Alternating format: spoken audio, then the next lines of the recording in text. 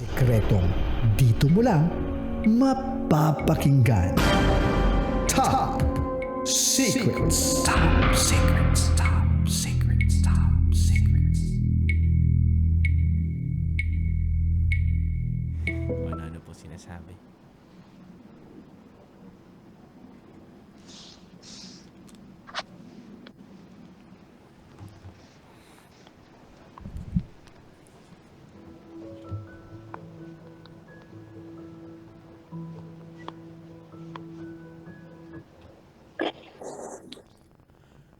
Good evening, Luzon, Visayas, Mindanao, Metro at Mega Manila. Oras na muna po natin sa buong kapuluan. It's already 11:34 p.m. At kasama niyo po ang titindig sa mga pinaglalaban ninyo. DJ Titan Jalo. At kasama mo ang Basa Princess, DJ Rakitera. Welcome to the program Top Secrets. Ito po ang programang hindi ka huhusgahan. Bagkos ikay pakikinggan. Ang programa sa radyo na nagpo-promote ng Will Listen. And we don't judge culture. At sa pagkakataong ito, meron na po tayong Top Secret Sharer na nasa kabilang linya. I-welcome na natin siya. Magandang gabi po. Hello po, good evening po. Hi ma'am, good Good evening evening po po. sa class. Yes po. Ano pong pwede naming itawag sa inyo? D na lang po. D. D-E-E, tama po ba? Yes po. D. D, ilang taon ka na? 31 po. 31. Sang lupalop ka naman galing, D? Somewhere in Europe po. Somewhere in Europe. Alright, D, 31 from Europe. Hindi na kami magpapaligoy-ligoy pa. Ano ang top secret mo? Yung top secret ko po is parang actually pagod na po ako sa lahat po ng responsibility po. Pagod na pagod ka na sa lahat ng responsibility na pasan-pasan mo? Tama ba Yes kami ng po. pagkakarinig? Pwede mo ba kaming Yes po. kwentuhan? Ano-ano ba tong mga responsibilidad na to? Ikaw ba ang breadwinner ng pamilya? Kaya ka ba nagtatrabaho sa ibang bansa? Go ahead, D.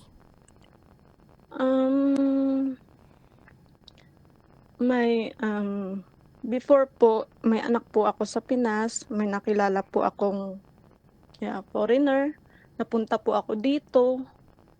And then, start po nun, parang ako na po yung sumalo ng lahat. Tapos parang ang dami ko na rin pong nabigay na negosyo na hindi rin naman po naging good yung hindi rin po, parang nawala rin po. And hanggang ngayon po, dito po sa Europe, ako na po yung nagkakaproblema. And then, hindi na rin po ako nakakapagbigay ng maayos sa pamilya ko po sa Pinas.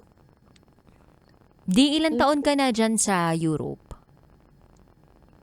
Almost 10 years po. Almost 10 years. Kailan ka huling pumunta ng Pilipinas?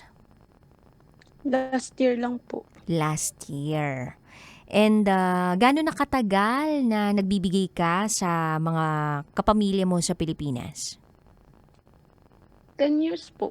10 years din. Sabi mo kanina, ngayon hindi ka nakapagbibigay na sa inyo dahil meron kang hinaharap na problema. Pwede ba namin malaman kung ano tong problemang hinaharap mo? Kasi po dito po, ganun din po, financial din po kasi yung naging partner ko po is wala ring trabaho. Parang akin din po lahat dito, akin din po lahat sa Pinas, ganun po. Hanggang po sa lahat po ng naipundar ko sa Pinas is nabenta ko rin po. Nabenta Yun po mo dahil sa lahat ng mga gastusin o meron Yes bang po. pinagmumulan itong pagbebenta mo ng mga properties ninyo o ng mga negosyo ninyo? Hindi ba ito kumita?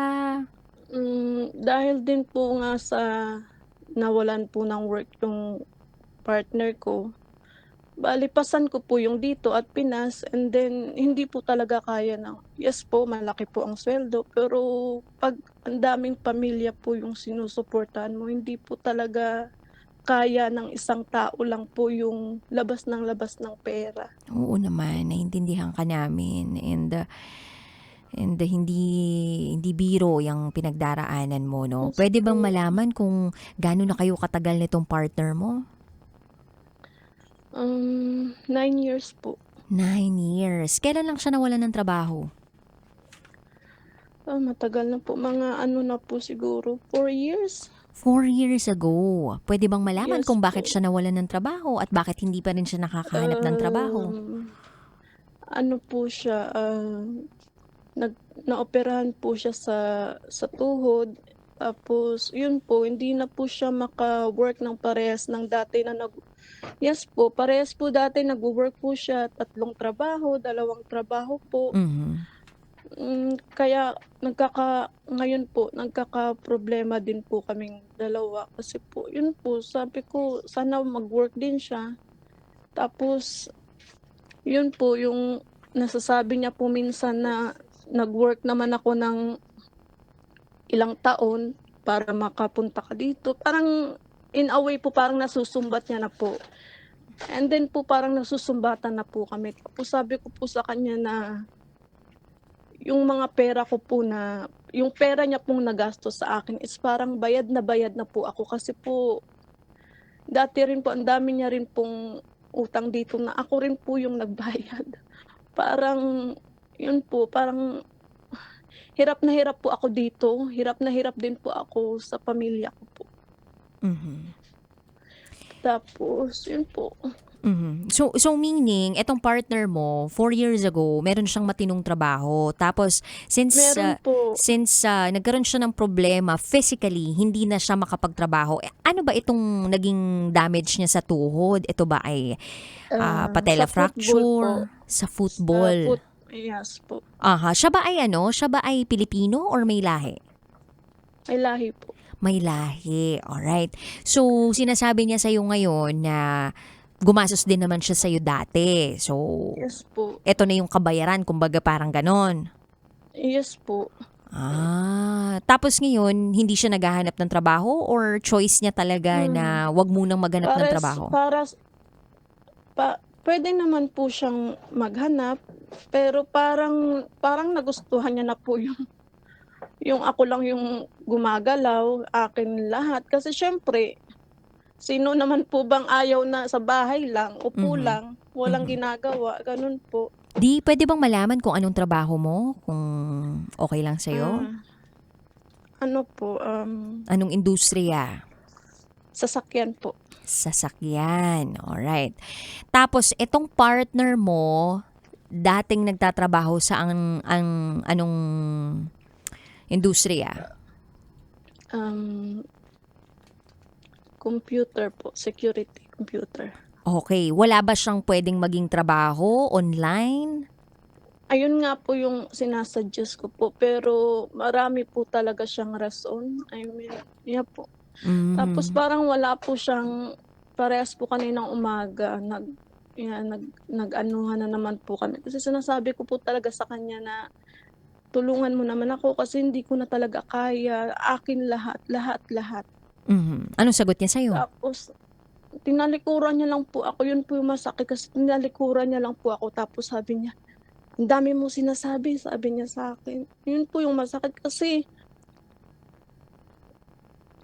parang ayun po, parang wala wala na nga po akong pamilya dito, walang emotional support na sa kanya na sana manggagaling pero wala po kasi.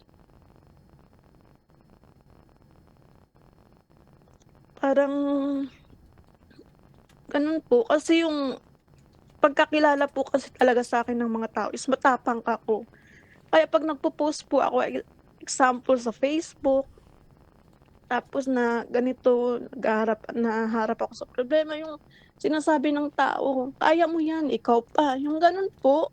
Mhm. Pero yun po, Mhm. meron din naman po akong kahinaan po na Yes. Oh. Sobrang hirap na po ng sitwasyon ko Mm-mm. na minsan naiisip ko na lang, sana kunin na lang ako ni Lord, gano'n po. Gano'n na po yung pumapasok sa isip ko. Dahil sa sobrang daming problema at dami mong Sobra po, as pasanapasan. in. Yes po, Mm-mm. parang salo ko lahat. Mm-mm. For 10 years po, parang Mm-mm. hindi man lang po ako nakapag-enjoy sa life ko. Yung gano'n po yung Mm-mm.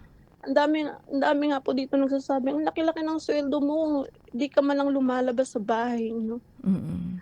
Sabi Di, ko po, yes po. etong partner mo ngayon, live-in partner mo, minsan ba naisip mo o pumasok ba sa isip mo na hiwalayan na siya? Yes po. Actually, sinasabihan ko po siya na kung puwede maghiwalay na kami. Yung sana magkanya-kanya na lang muna kami, Mhm. tapos yung para malaman niya rin po yung kung paano po tumayo Mabuhay. sa sarili niyang Mm. paa naman po, na siya na lang po, yung gano'n po. Tapos sabi niya, "Paano yung anak natin?" Sabi ko, kaya kong buhayin yung anak natin kasi nabubuhay ko nga kayo, eh. Pero yung andiyan ka, parang ikaw pa mismo yung humihila pababa kasi sa akin. Mm. At lahat Yung ng parang yun alam kuntento niya? na po siya. Yes Mm. po, sinasabi ko po talaga sa kanya lahat. Mhm. Nakapagbigay ka na ba sa kanya ng ultimatum na kapag ito hindi ka pa talaga gumalaw, wala na, alis na ako? Maraming beses po. So, wala pa talaga yung punto na umalis ka o talagang pinalayas mo siya? Wala pang ganon? Meron po, meron po. Mhm. So, paano niya tinake yun? At paano niyo naman tinake yun? Actually nagpapulis na po ako dati, Mhm. kasi gusto ko na nga pong makipaghiwalay. Mhm. Tapos pumunta po yung pulis, pinaalis po siya, tapos pumunta po siya sa mama niya. Mhm. Tapos, um, gusto ko na pong umuwi ng Pinas nung time na yun, Mhm. dalhin ko po yung anak namin. Mhm. Kaya lang hindi ko po madadala yung anak namin nang wala pong pirma niya. Kaya yun po nagamit nila para against po sa akin na ano po, yun po yung palaging gamit nila actually ng pamilya niya sa'kin. Kasi hindi po kami okey din ng pamilya niya. Bakit? Anong Lalo meron sa lalo pamilya na niya? lalo na po nung mama niya. Ayaw po nila sa akin, gano'n po. Ilang taon na ba yung Pero anak niyo pala?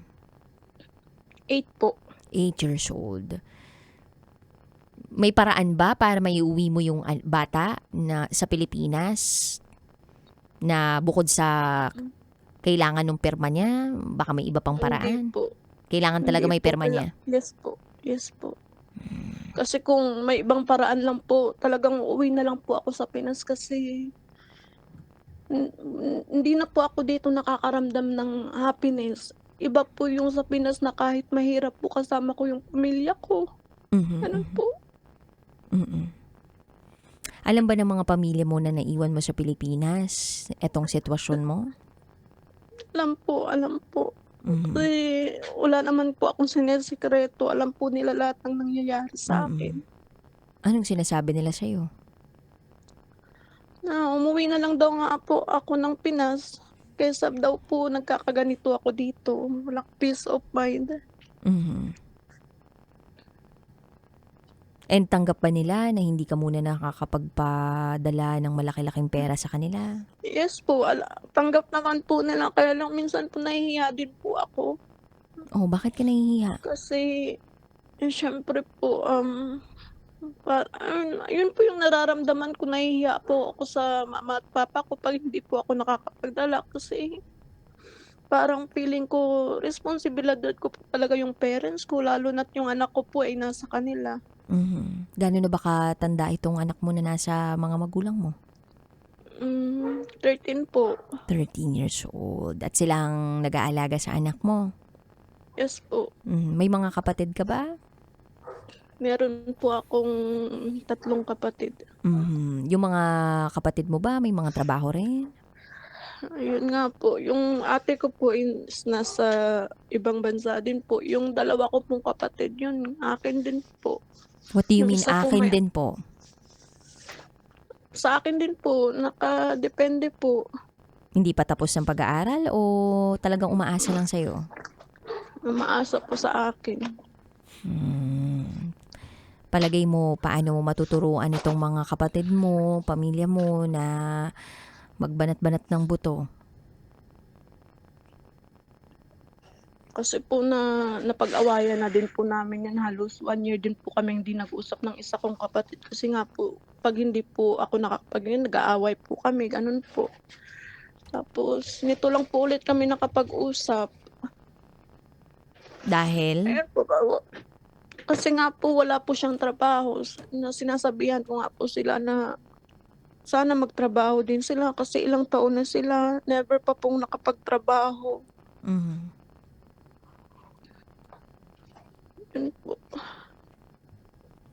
Sobrang bigat lang po talaga na hindi na po ako makatulog. Talagang yung iniisip ko na lang po araw-araw is yung bayarin, yung nag-overtime po ako sa trabaho, nag-work po ako 6 times a week para lang po makaya ko po lahat ng financial po. Kumbaga parang nagtatrabaho ka hindi na para sa sarili mo kundi para sa mga taong umaasa sa'yo. Yes po. Sa lahat po. Napakahirap.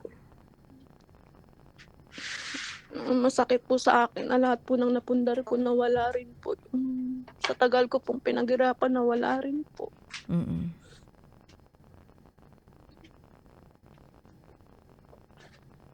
Palagay mo di ano yung pwede mong magawa para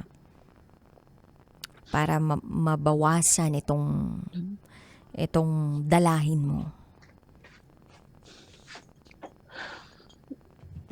Yun nga po yung hindi ko nga rin po alam.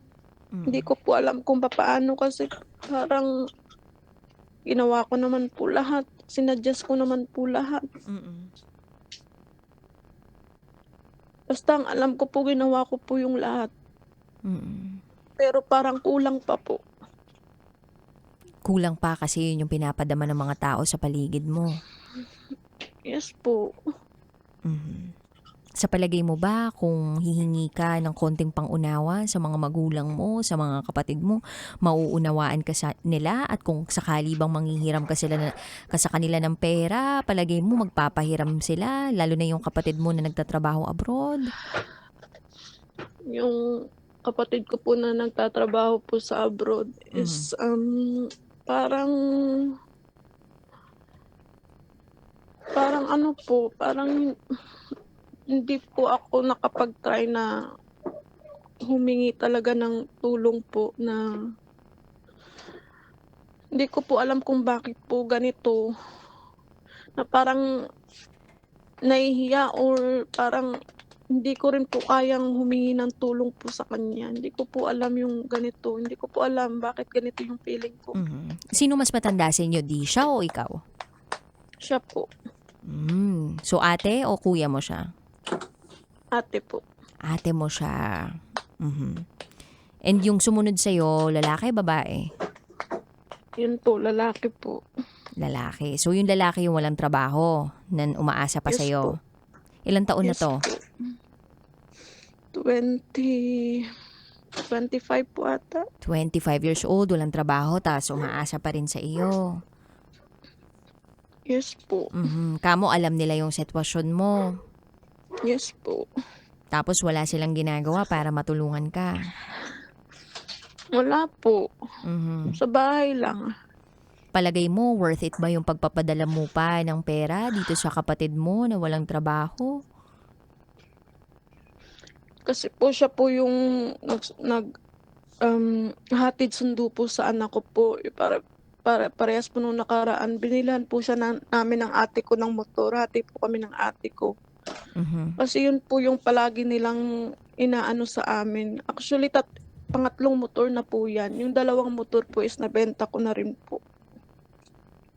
Dahil kailangan mo ng pambayad sa mga bills nyo. Yes po. Sige nga, Itong pangatlo po is sinabihan ko na po yung ate ko na kung pwede hati po kami. Anong sagot niya sa'yo? Yun po, okay naman po siya. Ayun, may buti may ate ka na kayang humati sa iyo kasi mahirap talaga pagpasan-pasan mo lahat. At kailangan talaga Yes. maintindihan Tama. nung kapatid mo na isa pa na hindi nagtatrabaho, 25 years old, lalaki na naghahatid sundo sa anak mo, na hindi panghabang buhay na nariyan ka at kailangan niyang sumandal Umasa. sa iyo, umasa sa iyo kasi kailangan niya rin magbanat-banat ng buto, kalalaking tao, 'di ba? Tama. Tsaka minsan talaga may mga pakiramdam yung mga nagtatrabaho abroad na kailangan nilang ibigay-bigay lahat dahil nga yung anak nila nandun sa poder ng Mm. nanay at tatay nila, pati yung kapatid nila nag-aalaga. Pero minsan talaga may mga pagkakataon sa buhay natin na kailangan din nating turuan tong mga taong to na magbanat ng buto. Maging independent. Oo. Kumbaga, ibigay mo yung nararapat para sa anak mo, 'di ba? Yung allowance ng mga magulang mo, ng Yung pangangailangan ng anak mo. yung sa anak ko po actually po, malaki rin po yung every month kasi po nagte-therapy din po siya. Mm. Nag-psychiatrist and psychologist din po, tapos may mga gamot pa po. Mhm. Kaya super patong-patong every month po. Mhm. Yung sweldo ko po is umaabot po ng 6 digits every month, pero kulang na kulang po. Mhm. As in kulang. Di pwede bang malaman namin? Alam namin na medyo sensitibo to, pero pwede bang malaman namin kung ano yung sinasagot mo doon sa gastusin dito sa Pilipinas? Lahat po. Tubig, kuryente Lahat. ng bahay? Nagrerenta pa ba kayo ng Tubig. bahay? Nagrerenta po kami ng bahay kasi normally po nakabili po ako ng lupa and papatayuan po. Yun nga po nagkaproblema. Binenta ko rin po yung lupa ko. Mhm. Ito bang problema na ito ay nagmumula doon sa lalaking kinakasama mo ngayon dahil sa utang niya o dahil sa lahat ng mga nangyayari sa inyo? Feeling ko po dahil po nawalan po siya ng trabaho. Doon po nag-umpisa. Kumbaga, kung nagkaroon siya ng trabaho ng tuloy-tuloy, okay naman sana yung Okay po finances talaga. mo. Okay po talaga kasi kung dalawa po kaming nagwo-work, sabi ko nga po sa kanya, kung dalawa kaming nagwo-work kahit po yung bahay na lang po sana dito namin yung binabayaran. Kaya lang po dito po akin din po lahat mula bahay, kuryente, tubig, lahat po. Mga insurance po, sasakyan, akin din po. Actually, pangalawang bili ko na rin po ng sasakyan to namin ngayon dito. Kasi yung isa din po is nagkaproblema din po sa kanya kasi hindi niya rin po inasikaso yung mga papeles. Tapos wala po talaga akong kaalam-alam, kinuha na lang po. Diyos ko, napaka-irresponsible naman yung live-in partner mo. Super po. Super. Pero sabi ko nga po dati, hindi naman po siya ganito dati. Hindi ko po alam bakit po nag-iba. Palagay mo ba meron ka ring naging aksyon na akala niya okay lang sa'yo kaya umokey na lang din siya na wala siyang trabaho, napabigat na lang siya sa iyo, ganyan. Palagay mo ba naging Ayun. maluwag ka o naging parang tinatanggap mo lang? O iba naman yung pinakita mo? Feeling ko po kasi nga po yung tingin nga po nila sa akin is strong. Yun po yung feeling ko na kaya siguro po parang nasasanay din po siya kasi siguro po naisip niya na malakas ako, matapang, kaya ko lahat. Mhm. Kaya po siguro po yun po yung ano niya na kahit di na po siya magtrabaho, makakayanan kasi for the past 4 years na wala siyang trabaho, nakaya ko naman po, parang ganun po. Mm. Pumitik ka na ba sa harap niya? Like, nag-breakdown ka na? Yes po, maraming beses na po. At wala lang epekto yun sa kanya? Wala po. Kasi po ano po siya paano bang tawag sa ano? Nonchalant? Mababa? Ano, sa amin po tawag adi-hadi. Ano ba nga po? Ano po pa? Dito Ano? po, Hadi-hadi? dito po sa amin tawag, parang ano po siya ng tao. AHD po ba yun? Ano po ba yun? ADHD. ADHD, yes po. Ah, Kala ko kati-kati yung sakit yung hadhad, yung gano'n. Nasa isip ko. Sabi dito, Turkish word hadi meaning come on or go on. Inisip ko baka nag-YOLO siya, yung you only live once. Parang pag may nakikinig po siguro ng parang malalaman po nila kung saan po ako kasi yun po yung Hindi, okay yun lang. po yung tawag dito. So, ADHD. Okay, yung ADHD, okay. yung ADHD ay Attention Deficit Hyperactivity Disorder. Ito bang ADHD ng iyong live-in partner ay talagang naipagpa-check up sa eksperto? Yes po. Yes po. Mm. Actually po, dati po hindi ko pa talaga alam. Nalaman ko lang po nung andito na po ako. Mm. Kasi hindi naman po siya halata eh. Hindi mo naman po manonotice. Pero pag nakasama mo po talaga, wala pong emotional intelligence, walang feelings. Never ko pong nakitang umiyak or tumulo yung luha. Yung ganun po. Meron Tapos kasing yung parte sa kanila very na insensitive po siya. Very insensitive. Kahit nagagalit na po yung mga tao sa kanya. Hindi niya po alam, hindi niya nararamdaman na may galit yung tao sa kanya. Yung ganun po. Hindi ako familiar dun sa mga parang behavior ng ADHD ha. Kasi ang alam ko lang dun yung hyperactive, yung ganun. Hindi ko alam na parang insensitive sila and everything. Itong mga kinukwento mo ngayon, no? Pero kung yun talagang diagnosis sa kanya, ano yung ginagawa niyang paraan para maging okay siya? O parang nagpapa-therapy ba siya? Or parang may iniinom ba siyang gamot? Wala po. Kasi parang normal lang po siya. Pero yun lang po, matigas po yung ulo. And wala pong feelings. Ganun po. Hindi po siya, basta hindi niya po na example, yung tao po naiinis na sa kanya. Pag may sinasabi siya. Agree. Insensitive din po siya sa mga sinasabi niya. Hindi niya po alam na nakakasakit na. Yung ganun po. Pero, magaling po sa mga computer, mga manghack, ganun po. Mga computer po, magaling po siya. Mga cellphone po. Minsan ba in-encourage mo siya na, ayan, meron kang gift sa pagko-computer, mga cellphones. Baka gusto mo magtayo tayo ng negosyo tungkol dyan. Kayo tayo Yes tubigan. po. Ganun. Tubigan ng gamit ng computer, gano'n? Sinabihan ko na rin po siya na kahit tulungan ko po siya sa online po, maghanap ng work online na work from home, ganun po. Kaya lang po, hindi po parang ang dami niya pong rason na para hindi siya makapagtrabaho. Hirap. Tapos sinabihan ko rin po yung mama niya na sana sabihan niya rin yung anak niya na magtrabaho kasi nga hindi ko kaya. Tapos sinabihan lang po ako ng mama niya na ikaw yung magtrabaho, kailangan mo magtrabaho kasi yan di na makakapagtrabaho. Yung ganun po.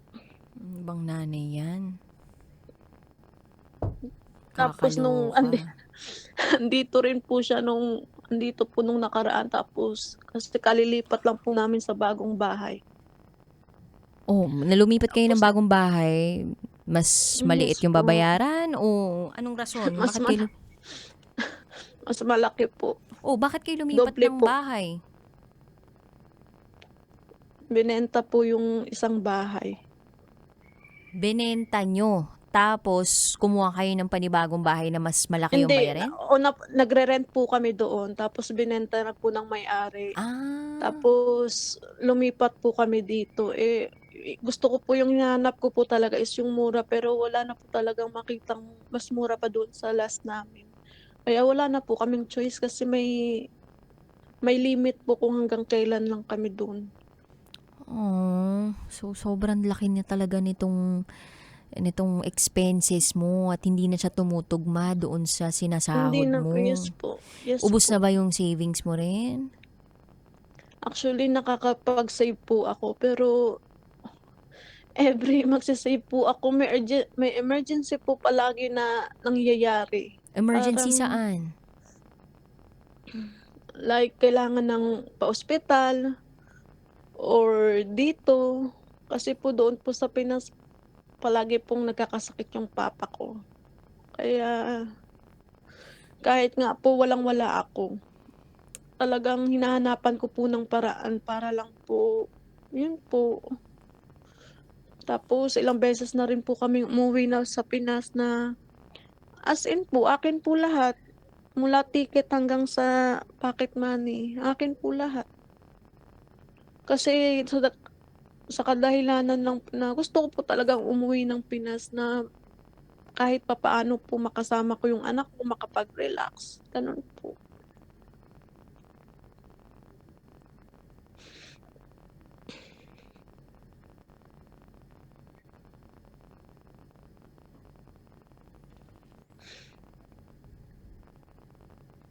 Yung mahigpit na yakap para sa'yo. Thank you po. Alam mo, nalulungkot kami sa mga napapakinggan naming kwento.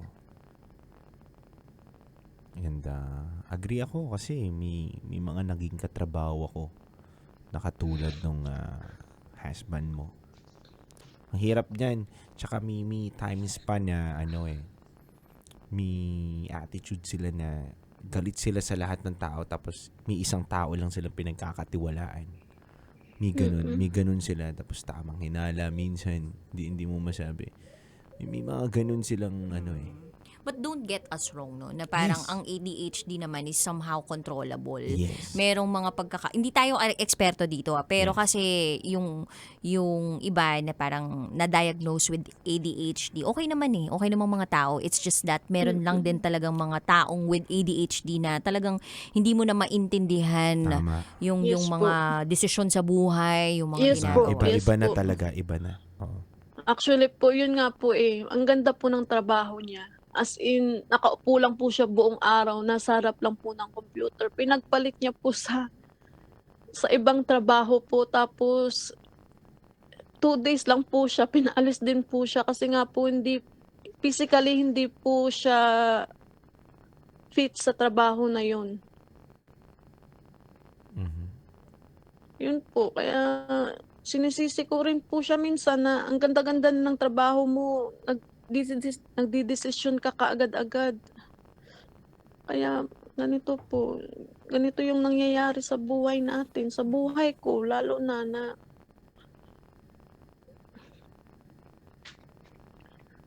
po minsan po ilang beses na rin po ako nagpapulis na kumukuha po siya sa card ko or kinukuha niya po yung card ko nang hindi ko po alam. Tapos malalaman ko na lang po na kinuha niya na po yung laman, yung gano'n po.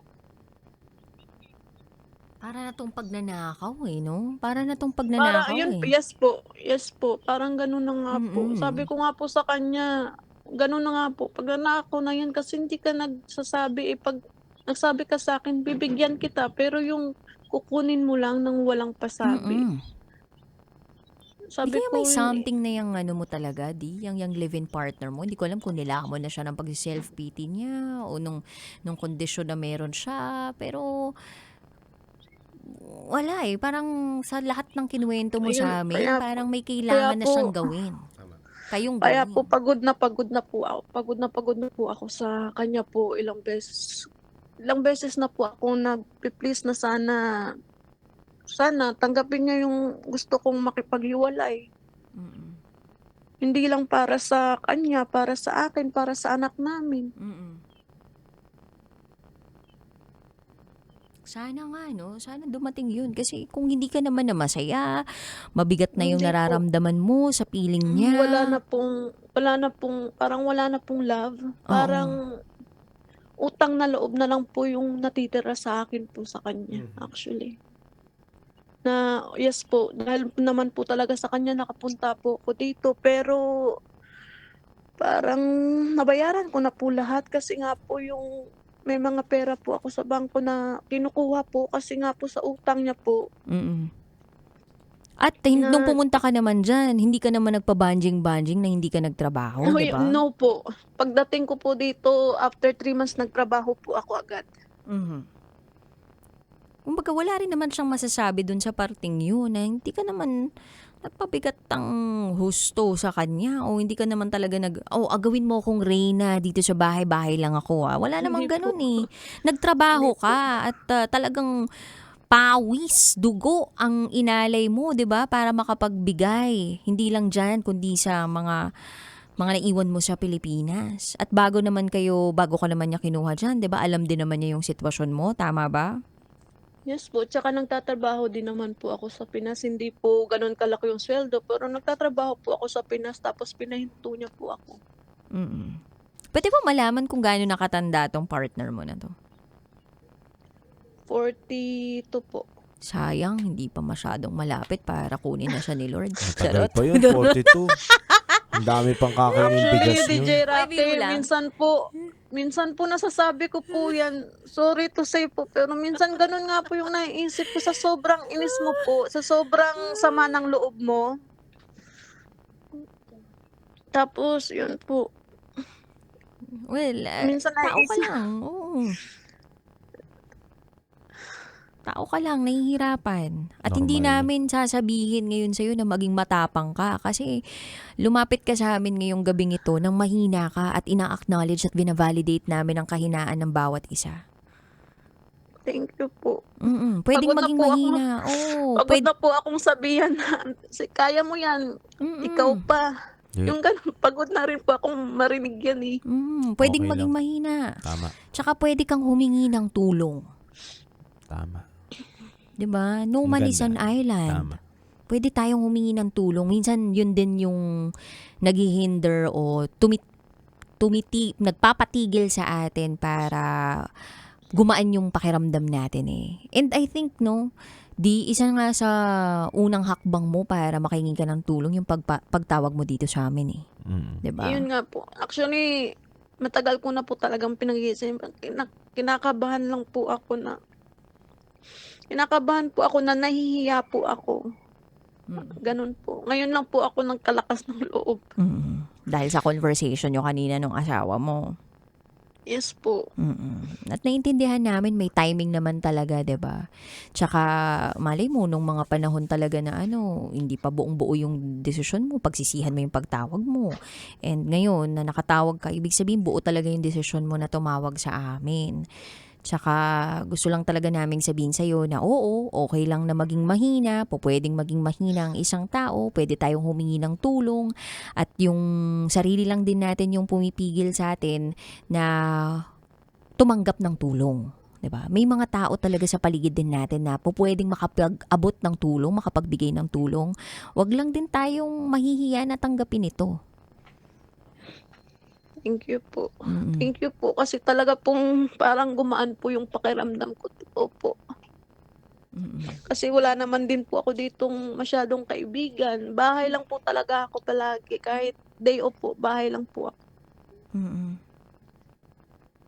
Kami nga bumigat din yung pakiramdam kasi naasar kami doon sa live-in partner mo eh. Mhm. Parang gusto namin puntahan siya sa Europe. Tapos gusto namin na sabihin sa kanya na, alam mo ba, na may caller kami tumawag sa amin ng ganito, ganyan. Charot. Fuego! Oo. Ano pa, no? Fuego! Ano ibig sabihin nun? Hindi ko alam eh. Naisip ko lang bigla. Parang lang dumaan lang sa isip ko. Fuego! Yun ba yung parang nung binaril si Jose Rizal dahil sa likod? Fuego! Ganon. Ganun pala yun. Hindi ko sure. Ay, nako. Charot lang. May gusto ka pa bang sabihin, bago matapos tong tawag na ito? Message ko na lang po sa sarili ko. Ayan, gusto namin yan. Yan ang Sige na, ma'am. babaeng talagang babangon, 'di ba? Sa Yes po. sa kanyang pagkakadapa. Go ahead, D. Sa sarili ko, sana makayanan mo pa. Alam kong malaki yung tiwala mo kay Lord kasi araw-araw ka namang nagpe-pray, araw-araw kang nagmamakaawa na sana dagdagan pa yung lakas ng loob mo, yung lakas physically, emotionally, mentally. Sana after 3 to 5 years, sana nasa mabuti ka ng sitwasyon. Sana yung hard work mo sana magamit mo rin para sa sarili mo, maging happy ka. Sana maging genuinely happy ka sa buhay mo in the next few years. Yun lang po. Ganda naman ang sinabi niyong partner. Kaya nga eh. At saka masarap balikan tong tawag na ito pag talagang naging tunay na masaya ka na, di. Totoo. Tatawag po ako pag feeling ko po may peace of mind and happy na po talaga ako. Mm-mm. Tatawag po. Tsaka di, kung uwi ka ng Pilipinas, chat mo kami dito sa Love Radio Viber. Tas kami manlilibre sa'yo ni Titan Jello ng kape tsaka Totoo. ng tinapay. Oo. Talaga po. Oo, para maramdaman mo, 'di ba, na hindi ikaw yung laging nagbibigay. Tama. Kami din pwedeng makapagbigay. Gusto mo, bigyan kita lalaki. Ay, wag ganun. Ay, pwede Mali rin pala. po. Gusto mo iPhone 17? Charot! Wag charot! Wag ganun. Po. Pwede pong blue. Ay, hindi namin kayang bigay yun. Doon na lang tayo sa kape tsaka bread. Okay, yan. Yun yung makatotohanan, di pasensya ka na. Services at tsaka kape and tinapay yung kaya namin ibigay. Lilinawin lang namin. Baka isipin nyo ang yaman namin. Tsaka Mayaman. papamasahe kita. Ayan. Baka ikaw yung magmasahe Ay, sa gusto ko kanya. Pwede. Wow. Ay nako. Anyway, maraming salamat di sa iyong pagtawag at naway maging Thank you inspirasyon ka po. sa lahat ng mga kabisyo nating breadwinners out there. Maraming salamat, Di. Thank you po sa inyong dalawa, DJ Rocky, Yan mo. DJ Titangelo. Yan mo next time, Di. Di ka naiiyak. Yun! Di. Sana nga po. Di ka natatawag Everyday ditong po malungkot ka. everyday po na, actually every nasa work po ako, kayo po yung pinapakinggan ko habang nag-work. Habang anong tawag dyan? Gumagawa ng sasakyan. Kayo po yung Nagkakalikot ka, pinapakinggan ko. nagkakalikot. Nagkakalikot ng sasakyan. Ay, malikot pala yung mga kamay mo, ha? Oo, mahilig si Titan Jello sa ganyan. Oo. Gumagawa po ako ng sasakyan po. Galing. Huy! Yes po. Ay. Kaya mo rin kumambyo ng ibang sasakyan. Pwede naman po. Yun! Ay. Pag ready na. Pag ready na, yun. Wala nang uno-uno, 'di ba? Diretso, tersera. Uy. Daling-dali. Manual pala yun. Anyway, thank you so much, D. Yan po ang Thank ating you top po. secret sharer, Maraming D31 salamat. from somewhere in Europe. God bless. Bye-bye. Uy, pretty si D, ah.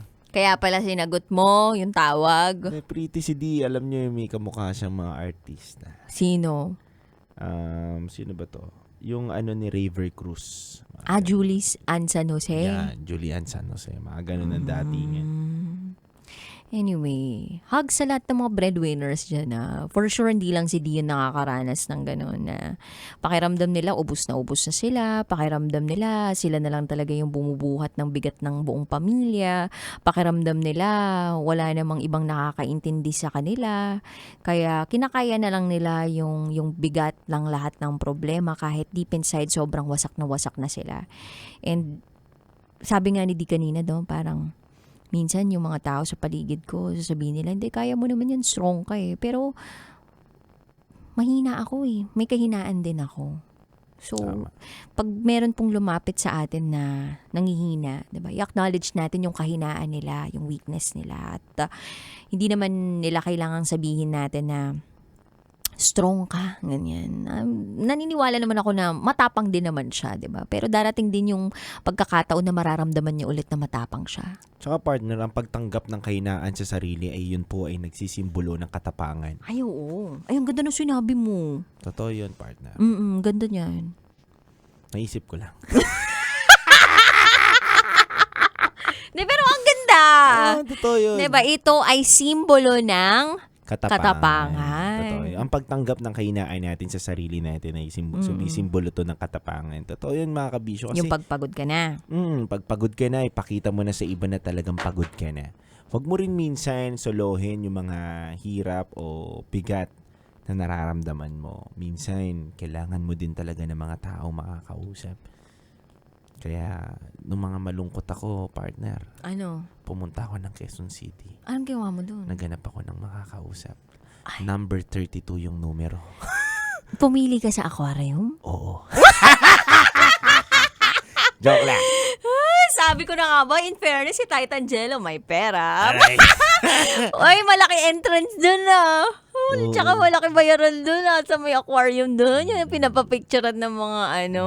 Ikaw Mahal. talaga. Mahal.